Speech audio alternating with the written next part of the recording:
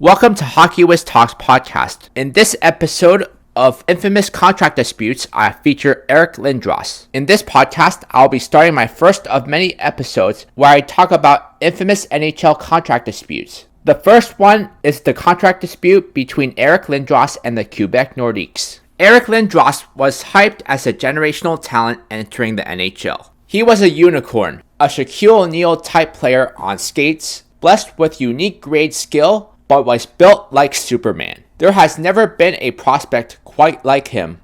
He played mean with an equal amount of skill and toughness for his mammoth 6'4" frame. The media circus surrounding Lindros in his years leading up to his 92-93 NHL debut was incredibly memorable, but imagine what it would be like in the social media era. The Quebec Nordiques had the number 1 pick for the 1991 draft and took Eric Lindros despite him indicating in advance that he would never play for them due to his feelings about their ownership, and that soap opera dragged out an entire year as he waited for a trade, as he played for Team Canada at the 1992 Olympics, and returned to the Ottawa Generals to play for another year. But before Eric Lindros even stepped foot into the NHL, we gotta talk about what happened with Eric Lindros when he got drafted to the OHL. Eric Lindros was drafted by the Sault Ste. Marie Greyhounds in the 1990 OHL Priority Selection Draft. However, he chose not to report to the Greyhounds and instead expressed his desire to play for the Ottawa Generals. This led to a protracted and highly criticized contract dispute between Lindros, his family, and the Greyhounds. The Greyhounds claimed that they held his OHL rights and insisted that he report to their team. The matter eventually escalated, involving legal proceedings and negotiations. In the end, Lindros did not play for the Greyhounds, and his rights were eventually traded to the Generals. Lindros went on to have a successful junior career with the Ottawa Generals, which set the stage for his entry into the NHL. In the 1991 NHL entry draft, the Quebec Nordiques selected Eric Lindros with the first overall pick, despite him expressing adamantly that he would never play for the franchise. This led to the infamous moment where he just took the jersey and draped it over his arm. The Quebec Nordiques, who won 28 games combined in the 1989-90 and 1990-91 seasons, held the first overall selection in the draft for the third consecutive year. They had selected Matt Sundin and Owen Nolan in the previous 2 drafts, and also had a rising star in Joe Sakic. Lindros, however, stated before the draft that he would hold out and refuse to play for Quebec if they had drafted him. It was widely speculated that Lindros wanted to play in an English-speaking area that would present him with more endorsement opportunities. The Nordiques selected Eric Lindros despite the warnings, so Eric Lindros asked for a $3 million annual salary, which for reference was as much as Wayne Gretzky was making that year, with the hopes that Quebec would trade him. Rather than sign with Quebec, he returned to Oshawa for the 91-92 season and represented Canada in the 92 Olympics. Meanwhile, Lindros reportedly rejected a 10-year contract offer worth $50 million from the Nordiques in March of 92, although Quebec later denied making the offer. Gord Kirk, who acted as the legal counsel to Lindros during this time, led the contract negotiations, later stated about the incident, "There are all kinds of allegations of Lindros being anti-Quebec, but I know that to be absolutely false. It had more to do with the management of the team." And now a word from our sponsor. Check out my scouting blog at hockeywiz777scouting.com. Listen to my scouting blog podcast on podcasters.spotify.com/pod/show/hockeywiz777scouting. The Eric Lindros trade is one of the most infamous trades in NHL history, and perhaps one of the most influential trades for both the Quebec Nordiques, who eventually became the Colorado Avalanche, and the Philadelphia Flyers. After a year of holding out, the Quebec Nordiques finally decided to trade Eric Lindros to the Philadelphia Flyers for Peter Forsberg, Mike Ritchie, Ron Hextall, Steve Duchesne, Kerry Hoffman, future considerations, which eventually became Chris Simon, 2 first-round picks, and $15 million. This was a ton to give up for a teenager who never stepped onto the NHL ice. The Lindros affair changed the fate of 3 franchises and 4 cities. In addition to the Flyers and Nordiques, who would later become the Colorado Avalanche, the 3rd franchise involved in that affair were the New York Rangers. They narrowly missed out on a deal that would have made him a New York Ranger.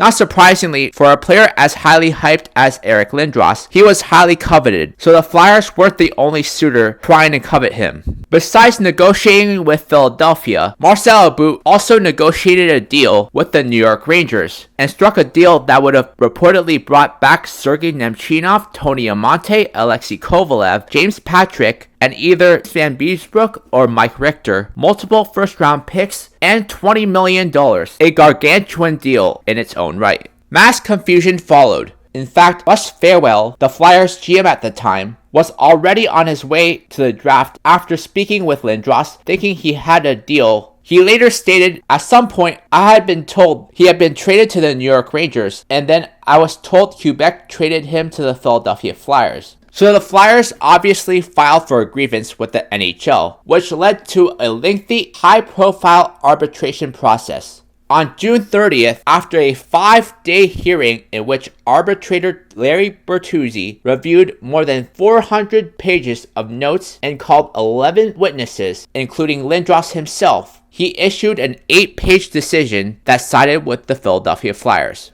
This decision meant that Eric Lindros would become a new member of the Philadelphia Flyers. The Eric Lindros trade changed the face of both franchises. The mammoth deal centered around the team phenom had immediate and drastic impacts on both the Flyers and the Nordiques, altering the landscape and fortunes of both clubs, who became instant contenders. The trade's after effects were strongly felt for more than a decade. Lindros came to Philadelphia and had no trouble translating his junior success into steady production in the NHL. Lindros, who had tallied 216 points in just 95 OHL games, put up 41 goals, 34 assists for 75 points in his rookie year in the NHL. By the 93-94 season, Lindros fell 3 points shy of triple digits, scoring 44 goals, and also racked up more than 100 penalty minutes each year, living up to his reputation as not just a devastating sniper and prolific playmaker, but a bruising player as well. The Flyers finished under 500 in Lindros' first 2 seasons and did not qualify for the playoffs. However, it wouldn't be long before Lindros would turn the Philadelphia Flyers into a perennial contender and becoming a Flyers legend in the process. Eric Lindros was named the captain of the Philadelphia Flyers in the 1994-95 season and continued to establish himself as one of the best players in the league, winning the Hart Trophy in 1995 and helping lead the Flyers to their first ever playoff berth in 6 seasons. Between 95 and 97, he played alongside Michael Renberg and John LeClaire, a line dubbed the Legion of Doom, a reference to the 3 forwards' ability to not only score in bunches, but also dominate physically. The Legion of Doom racked up 666 points in 3 seasons together. After a career best 115 points in the 95-96 season, his point total dipped to 79 in the 96-97 season, but did lead the Flyers to the Stanley Cup Finals, where he had 26 points that playoff run. Unfortunately, it was not enough to lead the Flyers past the powerhouse Detroit Red Wings. Eric Lindros' impact on the Philadelphia Flyers cannot be overstated. He revitalized that franchise. He played in 486 games for the Flyers, tallying 290 goals and 369 assists for 659 points. As quickly as the Flyers' fortunes were changing thanks to Lindros' presence, the Nordiques were also reaping the rewards of this trade. The Nordiques were a laughingstock prior to the Lindros trade. They had finished last in the Adams division for 5 straight seasons and had just 48 wins in the past 3 years combined. Their woes, however, allowed them to build a team full of young guns using high draft picks. Besides Matt Sundin, Owen Nolan, and Joe Sakic, who were already on the team prior to the Lindros trade, Steve Duchesne and Mike Ritchie, who were brought in the Lindros trade, tallied 82 and 78 points respectively, and Ron Hextall, who was still in the tail end of his prime, bolstered the young stars. They helped facilitate a powerful and sudden transformation into a highly competitive hockey club. The Nordiques finished second in the Adams that year with a 47-27-10 record and scored 351 goals, nearly 100 more than the year before.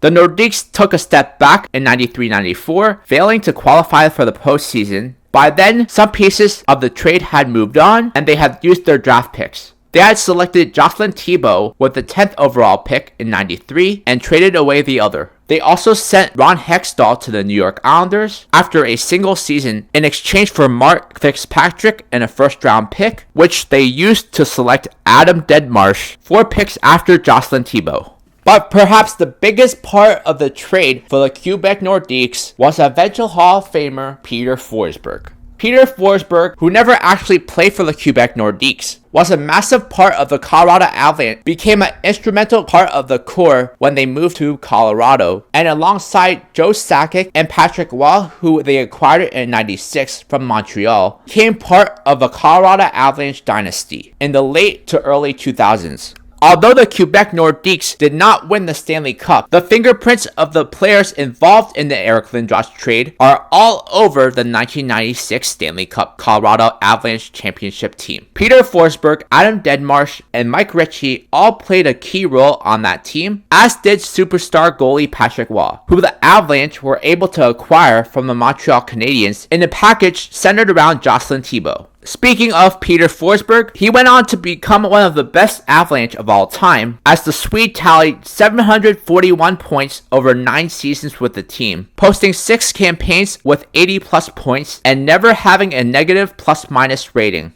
Essentially, the Eric Lindros trade helped jumpstart the Colorado Avalanche dynasty. Check out my hockey blog at hockeywiztalkshockey.blogspot.com. Follow me on Facebook and Instagram at hockeywiz777. The true winners of the trade are the Colorado Avalanche because the Quebec Nordiques relocated 3 years after the Eric Lindros trade, all while Eric Lindros is the NHL's most valuable player. The true winner of the trade are the Colorado Avalanche because they really got to reap the rewards of that Eric Lindros trade, because not only did they get Peter Forsberg, the package centered around Jocelyn Thibault, they traded for Patrick Roy, and as we all know, Sakic, Forsberg, and Roy were the 3 pillars of that Avalanche dynasty. Although it was a rough process to get Eric Lindros to Philadelphia, he was a dominant force on the ice and was considered one of the most talented players of his generation. From 1992 to 2000, he was undoubtedly one of the top 5 players in the entire league, and in that time span, he was a 7-time All-Star, won the 1995 Hart Trophy as NHL MVP, and won the 1995 Hart Trophy as the NHL's most valuable player. After a series of concussions, which limited his playing time and effectiveness, Eric Lindros was traded to the New York Rangers, putting an end to his tenure with the Philadelphia Flyers. After leaving Philly, Lindros was a shell of himself and was never quite the dominant player he used to be. In my next podcast, I talk about the infamous contract dispute with Pavel Bure and the Vancouver Canucks.